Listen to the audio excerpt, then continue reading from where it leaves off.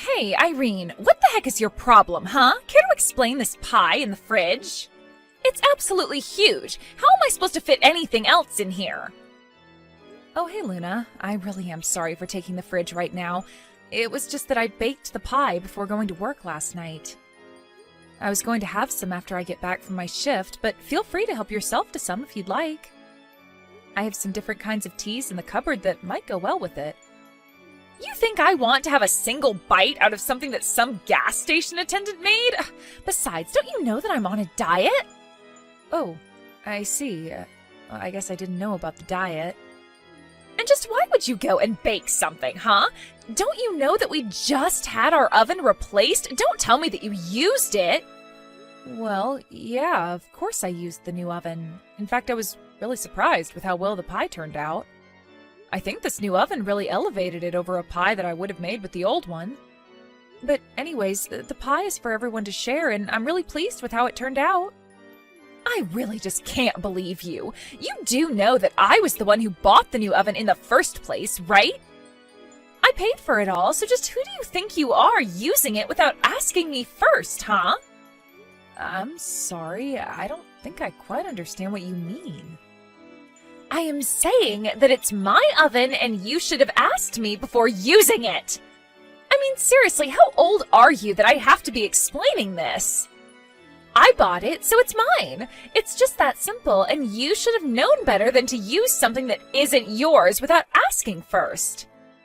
Hold on just a second there. What do you mean it's your oven? I mean, isn't it for all of us to use? Besides, it's your fault that the last oven that we had broke in the first place. That's why he had to completely replace it. Are you kidding me? I know that you're not trying to blame me for this. That oven was on its last legs, and I just happened to be using it when it broke. But then you all had to make this huge deal about it and forced me to buy a new one. But you guys are the ones that were using the oven all the time, which caused it to break. I don't know what you want me to say. You broke the oven, so it's only natural that you should pay to fix it. And besides, I was the one who paid for this oven, and I didn't care at all if other people used it. Well, I am telling you that I bought this new oven, and that means that it belongs to me. Do you understand? So don't go using it without asking me about it first. In fact, the next time that you want to use the oven, I'm going to charge you $5. So what do you think about that? You're going to charge me money just for using the oven? What is the matter with you? So you've got all the money in the world to buy the things to make a pie, but you can't afford $5 to bake it? You really must think the world revolves around you, huh? But maybe it's just that you can't actually afford it. And just what is that supposed to mean? I mean that you are already the age you are, and you're still living with your parents. I think that you can hardly say that you've lived a successful life if that's the case. Not only that, but you work at a gas station and are always bringing back free things from there. And on top of all that, you have to force your sister to buy new appliances. It's pretty obvious that you're nothing but a huge failure and don't know what you're doing with your life. Wow, I can't believe that I'm having to take this from you. What is the matter with you? What's the matter is that you were touching my stuff without asking me first. You didn't buy the oven, so you shouldn't have been using it. So, you and Luna were getting into it again, because you used the oven that Luna was saying belonged to her. I wouldn't say that we were getting into it as much as Luna was completely overreacting. I mean, it's like she completely forgot that she bought the oven as a replacement for the one that she broke. And now she's acting as if it's some precious object of hers that only she's allowed to use. She wanted to charge me money to use it. I see. In that case, it seems to me like it's all your fault. What? Are you kidding me? How is any of this my fault when Luna was the one who broke the stove in the first place? Luna doesn't even use the oven. She doesn't bake or cook or anything like that at all. So for her to be getting so mad about people using something that she would normally not even touch is just absurd. Well, sure, you say that the oven broke, but it's really just that one component of the oven broke, right? I mean, it still produced heat and all.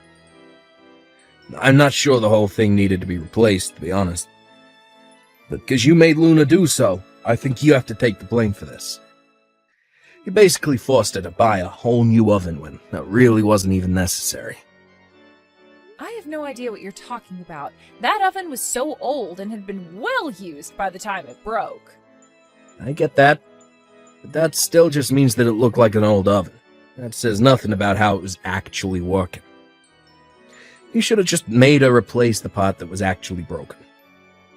I think that you just wanted a new oven, and that's why you made Luna be the one to go and buy it for you. Honestly, not only is that selfish of you, but it's also just so obvious. I can't believe what I'm reading. Did you really think this was all some elaborate plot by me?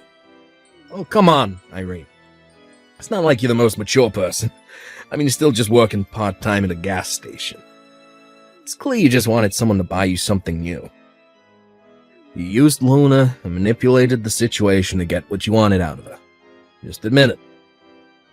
I am not going to admit something that I didn't do, and I didn't force Luna to do anything.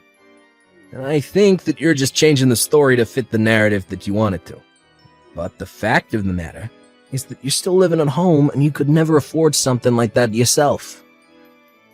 When are you finally gonna grow up and move out? You really need to understand where you stand in all this. Where I stand? And just what is that supposed to mean, huh? Well, you're acting like you're so special, but I'm the eldest son and I'm living at home to take care of Mom and Dad. The fact of the matter is that there's no reason for you to be here. I'm the new master of the house. I think you need to recognize that. Did you seriously just call yourself the master of the house? Well, it's true. I mean, this house, this land. I'm going to be getting all of it after our parents die. And so I just think you need to realize where you stand in all of this. All I'm saying is that you might want to think a bit about the future and maybe leave my wife alone. Okay? You better be joking about all of this. I mean, since when did anyone say that you were going to be the master of the house? And just who said that you were going to be inheriting all of that after our parents pass away? Well, I'm the eldest son, so of course I would get everything, and you wouldn't.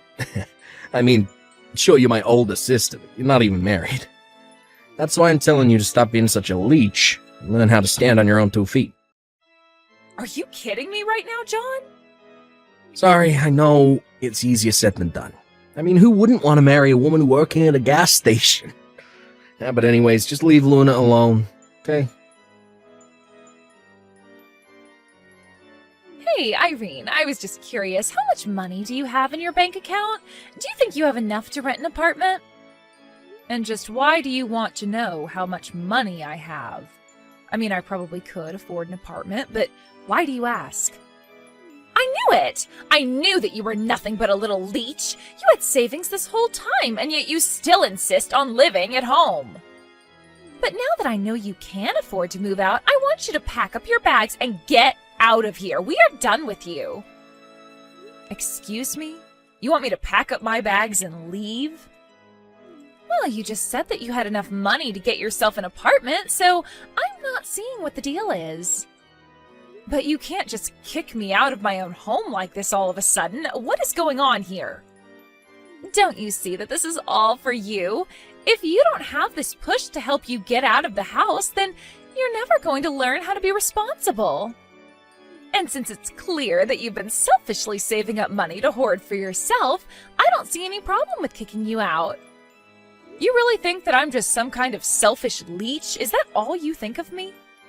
Of course it is, and it's high time that somebody kicked some sense into you, so I am taking it upon myself to throw you out. You need to go out into the world and learn how to take care of yourself.